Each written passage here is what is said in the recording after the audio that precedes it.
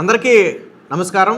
పిఠాపురంలో ఇటీవల జరిగినటువంటి ఒక ఘటన ఏదైతే పిఠాపురం ఏఈగా ఉన్నటువంటి నూకరాజు కుటుంబం రోడ్గమ్ రైల్వే బ్రిడ్జ్ రాజమండ్రి నుంచి దూకి ఆత్మహత్య చేసుకున్నారో ఇప్పుడు రాష్ట్ర వ్యాప్తంగా అది సంచలనంగా మారటమే కాకుండా వాళ్ళు రాసినటువంటి సూసైడ్ నోటు అంటే ఆ నూకరాజు రాసినటువంటి సూసైడ్ నోటు కావచ్చు, లేదా కూతురు సౌజన్య రాసినటువంటి ఆ సూసైడ్ నోటు కావచ్చు, అందులో ఉన్నటువంటి కొన్ని అంశాలు అనేవి ఇప్పుడు రాష్ట్ర వ్యాప్తంగా తీవ్ర చర్చకు దారితీసింది. పోలీసులు కూడా దాదాపుగా సాదిక్ని అయితే పట్టుకుని అరెస్ట్ చేశారు. దాదాపుగా 5 రాష్ట్రాలలో మారుకుంటూ వెళ్ళినటువంటి సాదిక్ని దాదాపుగా 10 బృందాలుగా 2 జిల్లాల పోలీసులు 10 బృందాలుగా విడిపోయి 65 మంది పోలీసులు కంటిన్యూగా ఫాలో చేసి, అంటే తాను ఎక్కడ మొబైల్ వాడలేదు, ఎక్కడ ఆన్లైన్ ట్రాన్సాక్షన్స్ చేయలేదు, ఎక్కడ ఇంటర్నెట్ వాడలేదు, అయినప్పటికీ కూడా పోలీసులు ట్రేస్ చేసి ఆ వ్యక్తిని అయితే పట్టుకోవడం జరిగింది. దీనికి సంబంధించి ఎస్పీ బిందు మాధవ్ కూడా ప్రెస్ మీట్ పెట్టి ప్రకటించాడు. 65 మంది పోలీసులు కంటిన్యూగా 5 రోజుల పాటు శోధిస్తే ఈ వ్యక్తి దొరకడం జరిగింది. సో ఉత్తరప్రదేశ్లో అక్కడ దొరికాడు. మొత్తానికి వ్యక్తిని తీసుకొచ్చారు. రిమాండ్ 14 రోజుల రిమాండ్ కూడా విధించడం జరిగింది. సో వాస్తవానికి ఇప్పుడు ఇందులో ఈ సాదిక్ అనే వ్యక్తి ఏంటంటే రైఫిల్ షూటింగ్ ఉంటుంది కదా, సో అకాడమీని నడుపుతున్నట్టుగా చెబుతున్నారు. అయితే దానికి రైఫిల్ షూటింగ్కి సంబంధించి కొన్ని ప్రాథమిక అనుమతులు కూడా ఉండాలంట. అవి ఉన్నాయా లేదా అనేది పోలీసులు విచారిస్తున్నారు. ప్రస్తుతానికి ఆ షూటింగ్ అకాడమీని అయితే క్లోజ్ చేయడం జరిగింది. సో ఆ షూటింగ్ అకాడమీ నిర్వహించే సమయంలో ఈ నూకరాజుకి కూతురైనటువంటి సౌజన్య, అల్లుడు జగదీశ్వర్ రెడ్డి, వీళ్ళిద్దరూ కూడా ఉన్నారు. వాళ్ళ పిల్లవాడిని షూటింగ్లో చేర్పించడంతో, ఆ పిల్లవాడికి షూటింగ్ నేర్పించాలని చెప్పి సాదిక్ అకాడమీలో చేర్పించడంతో అలా ఏర్పడినటువంటి పరిచయం తర్వాత కొంచెంగా పెరిగింది. ఈవెన్ సౌజన్య భర్త అయినటువంటి జగదీశ్వర్ రెడ్డిని ఒక ఇంజెక్షన్ ఇచ్చి హత్య చేశాడు అనేది కూడా వాళ్ళు సూసైడ్ నోట్లో రాసినటువంటి వార్త. అయితే ఇప్పుడు పోలీసులు ప్రాథమికంగా చెబుతున్నది కూడా ఏంటంటే ఆ సైనైడ్ తీసుకురావడానికి తానే తీసుకొచ్చినట్టుగా అంగీకరించాడు సాదిక్ అనేది న్యూస్ పేపర్స్లో వస్తుంది. భర్తను చంపేసిన తర్వాత పూర్తిగా కుటుంబం మొత్తాన్ని కూడా తన చేతుల్లోకి తీసుకోవటం, ఆ తర్వాత కొన్ని పర్సనల్ విషయాలను చూపించి సౌజన్యను బెదిరించటం, ముఖ్యంగా అతని కన్ను వాళ్ళ ఆస్తి మీద పడింది. ఆర్థికంగా కొంచెం మధ్యస్థాయి కుటుంబం అయినటువంటి నూకరాజు కుటుంబం ఆస్తి మీద పడటంతో పాటు సౌజన్యను మతం మారాలి అని, ఇస్లాం ఇదే ఇక్కడ ఇప్పుడు పెద్ద చర్చగా మారింది. దీనే లవ్ జిహాదీ అని చెప్పి సోషల్ మీడియాలో పోస్టులు కూడా పెడుతున్నారు. సో మతం మారాలి అని చెప్పి బలవంతం చేసినట్టుగాను కొన్ని ఇస్లాం మతానికి చెందినటువంటి బుక్స్ వాటిని తీసుకొచ్చి నువ్వు వీటిని చదవాలి, వీటిని రాయాలి అని చెప్పి తన మీద బలవంతం చేసినట్టు, 24 గంటలు ఎప్పుడు ఫోన్ లైన్లోనే ఉంటాడు, ఏ పని చేసినా ఫోన్ లైన్లోనే ఉండి పని చేయాలని చెప్పటం, ఈవెన్ నేను చనిపోవాలనుకుని రాస్తున్నటువంటి ఈ సూసైడ్ నోటు కూడా ఈ సాదిక్ అనే సైకో ఫోన్ లైన్లో ఉండగానే నేను కన్నీటి పర్యాంతం అవుతూ ఈ లెటర్ రాస్తున్నాను అని చెప్పి సౌజన్య లెటర్ కూడా రాసింది. ఆ లెటర్ చూసిన తర్వాత కొంచెం ఎలాంటి వ్యక్తి కానీ సరే కొద్దిగా హృదయదారకమైనటువంటి ఘటన అనిపిస్తుంది. ఒకసారిగా కన్నీళ్ళు వస్తున్నాయి. అలే నిజంగానే సరే మనం ఎన్నో ఘటనలు చూసాం, కానీ ఇది చాలా దారుణమైనటువంటి ఘటన.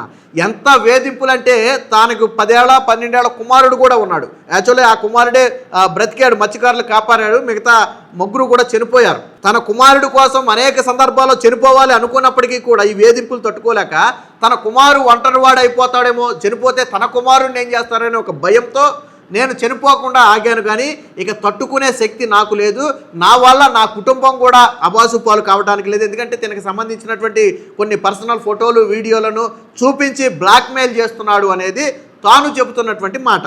సో కాబట్టి నా కుటుంబం పరువు కూడా పోకూడదనే ఉద్దేశంతోనే అందరం కలిసి ఆత్మహత్య చేసుకుంటున్నామని చెప్పి ఆ సూసైడ్ నోట్ రాశారు. నూకరాజు కూడా ఒక నోట్ రాశాడు. సో అందులో కూడా ఈ సాదిక్ అంశాన్నే ప్రస్తావిస్తూ వేధింపులు తట్టుకోలేక కుటుంబం మొత్తం కూడా చేసుకుంటున్నామని చెప్పి నూకరాజు రాసినటువంటి అందులో కూడా ఉండటం జరిగింది. అంటే మొత్తంగా ఒక సైకో వేధింపులు తట్టుకోలేక ఈరోజు ఫ్యామిలీ బలైంది. అయితే ఇందులో విజయసాయిరెడ్డి కొన్ని ఇంట్రెస్టింగ్ కామెంట్స్ చేశాడు. ఏంటంటే సాదిక్ అనే వ్యక్తి ఒక వ్యక్తి కాదు, వీళ్ళు ఇంకొక 9-10 మంది ఉన్నారు, వీళ్ళంతా ఒక ముఠా హిందూ ఫ్యామిలీలను టార్గెట్ చేసుకుని మత మార్పిడులు చేసే విధంగా చేస్తున్నారు.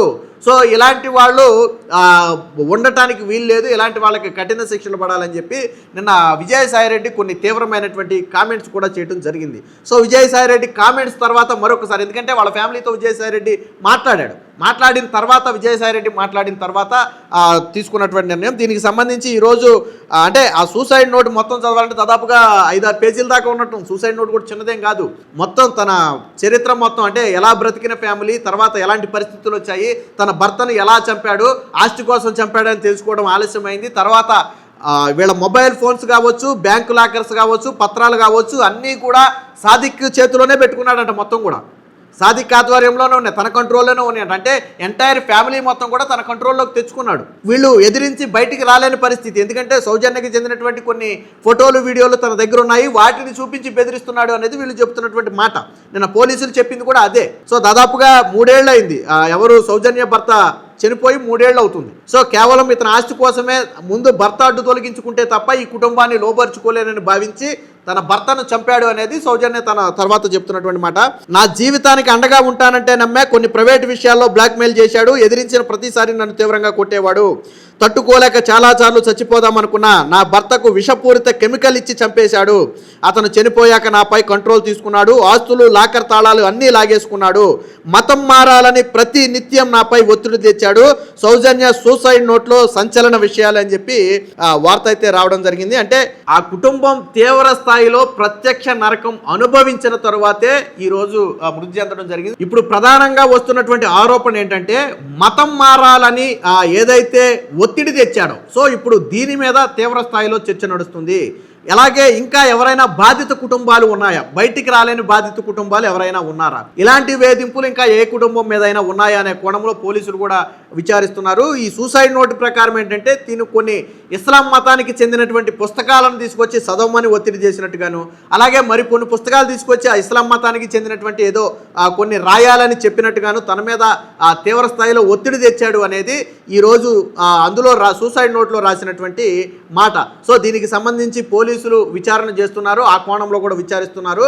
అయితే సైనైడ్ తన భర్తను అదే సౌజన్య భర్త జగదీశ్వర్ రెడ్డిని చంపడానికి మాత్రం సైనైడ్ తానే తెప్పించినట్టుగా సాదిక్ ఒప్పుకున్నట్టుగా కొన్ని వార్తాపత్రికల్లో కూడా రావడం జరిగింది. దీంతో సాదిక్ మీద సర్పవరం పోలీసులు అయితే పలు సెక్షన్ల కింద కేసు నమోదు చేశారు. 103, 306, 127, 351, 108, 299 వంటి కొన్ని కీలక సెక్షన్లను నమోదు చేసినట్టుగా తెలుస్తుంది. అలాగే ఈ ఆస్తి పత్రాలు, లాకర్లు ఇవన్నీ కూడా సాదిక్ ఆధ్వర్యంలోనే అండర్లోనే ఉన్నాయని చెప్పిన నేపథ్యంలో ఆ విషయాల మీద కూడా విచారణ చేస్తున్నారు. అయితే విజయసాయి రెడ్డి చేసినట్టుగా వ్యాఖ్యలు చేసినట్టుగా ఇంకా ఏదైనా కుటుంబాలను టార్గెట్ చేశాడా, ఇంకా ఆ షూటింగ్ అకాడమీలో ఎవరైనా ఉన్నారా, అంటే పిల్లల్ని చేర్పించి తర్వాత లోపరుచుకుని ఇలా ఇబ్బంది పెడుతున్నటువంటి వాళ్ళు ఎవరైనా ఉన్నారనే కోణంలో కూడా విచారిస్తున్నారు. అయితే దీనికి సంబంధించి ఇప్పుడు సోషల్ మీడియాలో కొన్ని ఫోటోలు తిరుగుతున్నాయి. అంటే వైసీపీ పార్టీకి సంబంధం ఉందా, వైసీపీ నాయకుల అండతోనే దీన్ని చేశారా అనే కోణంలో కూడా ఆరోపణలు వస్తున్నాయి. సో ఇతంది ప్రో షూటింగ్ అకాడమీ అని చెప్పి మీరు స్క్రీన్ మీద చూడొచ్చు. ప్రో షూటింగ్ అకాడమీ అని చెప్పి వి మేక్ ప్రొఫెషనల్ షూటర్స్ అని చెప్పి 2023 ఫిబ్రవరి 1న గ్రాండ్ ఓపెనింగ్ చేస్తున్నట్టుగా ఒక పోస్టర్ అయితే వేయించాడు. ఈ పోస్టర్లో ప్రధానంగా వైసీపీకి చెందినటువంటి నేతలకు సంబంధించినటువంటి ఫోటోలు ఉన్నాయి. అందులో ద్వారంపూడి చంద్రశేఖర్ రెడ్డి, వంగ గీతా విశ్వనాథ్తో పాటు ఇంకా కొంతమంది అక్కడ స్థానికంగా ఉన్నటువంటి కాకినాడ అర్బన్ డెవలప్మెంట్ అథారిటీ చైర్పర్సన్గా ఉన్నటువంటి చంద్రకళా దీప్తి కావచ్చు, మాజీ మేయర్గా ఉన్నటువంటి శివప్రసన్న విద్యాసాగర్ కావచ్చు, అలాగే ఆంధ్రప్రదేశ్ వక్ఫ్ బోర్డు డైరెక్టర్గా ఉన్నటువంటి అబ్దుల్ బషీరుద్దీన్ కావచ్చు. సో వీళ్ళందరి ఫోటోలు కూడా ఇందులో ఉండటంతో పాటు వీళ్ళతో కలిసి ఉన్నటువంటి కొన్ని ఫోటోలు, సాదిక్ వీళ్ళతో కలిసి ఉన్నటువంటి కొన్ని ఫోటోలను అయితే ఇప్పుడు సోషల్ మీడియాలో తిప్పుతున్నారు. మీరు చూడొచ్చు ద్వారంపూడి చంద్రశేఖర్తో ఈయన దిగినటువంటి ఫోటోలు కావచ్చు, అలాగే ఇతర వైసీపీ నేతలతో దిగినటువంటి ఫోటోలు కావచ్చు. ఇప్పుడు మీరు స్క్రీన్ మీద చూస్తున్నవన్నీ కూడా ఆ ఫోటోలే. సో ఇవన్నీ కూడా ఇప్పుడు సోషల్ మీడియాలో వైరల్గా మారాయి. ఎందుకనంటే ద్వారంపూడి చంద్రశేఖర్ రెడ్డి ఆధ్వర్యంలోనే ఈ రైఫిల్ షూటింగ్ అకాడమీ ఏర్పాటు చేశాడు అనే ఆరోపణలు కూడా సోషల్ మీడియా వేదికగా వస్తున్నాయి. సో ఇందులో ఎంత అబద్ధం ఎంత నిజం ఉందనేది వాళ్ళే తెలియాలి. ఎందుకంటే ద్వారంపూడి చంద్రశేఖర్ రెడ్డి అంటే పూర్తిగా వైసీపీ మనిషి. ఆ కోణంలో ఇతనికి ఏమన్నా రాజకీయంగా వైసీపీతో మూలాలు ఉన్నాయా, సంబంధాలు ఉన్నాయా అనే కోణంలో జరగాలి. దీని మీద అయితే పూర్తిగా తెలుగుదేశం పార్టీకి చెందినటువంటి సోషల్ మీడియా అయితే పూర్తిగా వాళ్ళ ఆధ్వర్యంలోనే ఈ సాదిక్ అనే వ్యక్తి మొత్తం కూడా చేశాడు. అంటే ఈ షూటింగ్ అకాడమీ ప్రారంభించడం కావచ్చు, వాళ్ళ అనుచరుడిగా ఉండటం కావచ్చు, ఇవన్నీ కూడా వైసీపీ మూలాలను బయట పెడుతున్నాయని చెప్పి సోషల్ మీడియాలో పోస్టులు కూడా పెడుతున్నారు. సో పోలీసులు మరి ఈ కోణంలో కూడా ఏమైనా విచారణ చేస్తారా అనేది చూడాలి. లేదా ఆ రోజు వాళ్ళు ప్రజాప్రతినిధులుగా ఉన్నారు కాబట్టి తన షూటింగ్ అకాడమీ ప్రారంభోత్సవానికి ఏమైనా పిలిచాడా అది కూడా చూడాలి. అంటే పూర్తిగా సంబంధాలు ఉన్నాయి అని చెప్పలేం, అలాగని లేవు అని చెప్పలేం. కానీ ఇప్పుడు బయటపడుతున్నటువంటి కొన్ని ఫోటోలు వీడియోల ఆధారంగా మొత్తానికి వైసీపీ నాయకులతో సంబంధాలు ఉన్నట్టుగా తెలుస్తుంది. అవి రాజకీయ సంబంధాలా లేదా ఆ రోజు అధికారంలో ఉన్నారు కాబట్టి షూటింగ్ అకాడమీ నడపడం కోసం జరిగినటువంటి ఆ కలయిక అనేది తెలియాల్సి ఉంది. మొత్తంగా ఈ ఫ్యామిలీ మొత్తాన్ని వేధించిన వ్యవహారంలో ఇప్పుడు వైసీపీకి చెందినటువంటి ఫోటోలు పోస్టర్లు బయటికి రావడంతో ఇది కొంచెం రాజకీయ టర్న్ తీసుకునే అవకాశం కూడా కనపడుతుందని చెప్పి మాట్లాడుతున్నారు. మొత్తంగా నూకరాజు ఫ్యామిలీ ఆత్మహత్య కేసులో సాదిక్ని అరెస్ట్ చేసి 14 రోజుల రిమాండ్కి పంపారు. అయితే పోలీసుల కస్టడీకి తీసుకున్న తర్వాత కొన్ని కీలక విషయాల మీద సమాధానం వచ్చే అవకాశం ఉందని తెలుస్తున్నారు. అలాగే ఎవరైనా బాధితులు ఉంటే, ఇంకా ఎవరైనా తెర వెనక బాధితులు ఉంటే స్వచ్ఛందంగా ముందుకు రావాలని చెప్పి పోలీసులు కూడా చెప్తున్నారు. అంటే సాదిక్ బాధితులు ఎవరైనా ఉంటే, అది ఏ రూపంలోనైనా కానివ్వండి, సాదిక్ బాధితులు ఎవరైనా ఉంటే స్వచ్ఛందంగా ముందుకు రావాలని చెప్పి పోలీసులు కూడా విజ్ఞప్తి అయితే చేస్తున్నారు. నిన్న ఎస్పీ బిందు మాధవ్ కూడా చెప్పింది అదే, మీరు క్షణికావేశానికి పోయి ఇలాంటి నిర్ణయం తీసుకోవద్దు, ఒక్కసారి పోలీసులను సంప్రదించండి. ఈవెన్ ఇంకో విషయం ఏంటంటే, గతంలోనే వీళ్ళు పోలీసులను సంప్రదిద్దామని ప్రయత్నించారు. కానీ సాదిక్ అనే వ్యక్తి ఏం చెప్పేవాడంట, నాకు ఎస్పీ స్థాయి అధికారులు తెలుసు, ఎస్పీ ఆఫీసులో నాకు అందరూ తెలుసు, మీరు పోలీస్ స్టేషన్లో కంప్లైంట్ ఇస్తే తిరిగి మీ మీదే రివర్స్ కేసు పెట్టి తన దగ్గర ఉన్నటువంటి వ్యక్తిగత ఫోటోలు వీడియోలు నేను బయట పెడతానని చెప్పి ఆ కుటుంబాన్ని బెదిరించడంతో నిజంగానే సంబంధాలు ఉన్నాయేమోనని భయపడి వీళ్ళు వెళ్ళలేదు. ఎందుకంటే ఇప్పుడు మీరు రాజకీయ నాయకులతో కూడా కొన్ని ఫోటోలు వీడియోలు చూశారు కదా, సో నిజంగానే ఏమైనా ఇన్ఫ్లుయెన్స్ ఉందేమో అని భయంతో వాళ్ళు ఎవరిని కూడా సంప్రదించే ప్రయత్నం చేయలేదు. బట్ పోలీసులు నిన్న చెప్పింది ఏంటంటే, మీరు ఎలాంటి అపోహలు పెట్టుకోవద్దు, ఏదో ఒక రూపంలో పోలీసులను సంప్రదించండి, మీకు రక్షణ కల్పించే బాధ్యత మేము తీసుకుంటామని చెప్పి చెప్పడం జరిగింది. మొత్తంగా ఈ సాదిక్ వ్యవహారం అనేది ఇప్పుడు రాష్ట్ర వ్యాప్తంగా చర్చనీయాంశంగా మారడంతో పాటు ఇందులో వైసీపీ నాయకుల పాత్ర ఏమైనా ఉందా, వాళ్ళ అండతోనే ఈ వ్యక్తి షూటింగ్ అకాడమీ ఏమైనా ఏర్పాటు చేశాడా ఏంటి అనే కోణంలో కూడా పోలీసులు విచారణ చేసే అవకాశం ఉందని చెప్పి వార్తలు అయితే వస్తున్నాయి. సో మీరు ఎలా చూస్తారు, సాదిక్ చేసినటువంటి అరాచకాన్ని మీరు ఎలా చూస్తారో, అలాగే వీడియో ఎలా ఉందనేది కామెంట్ రూపంలో తెలియజేయండి.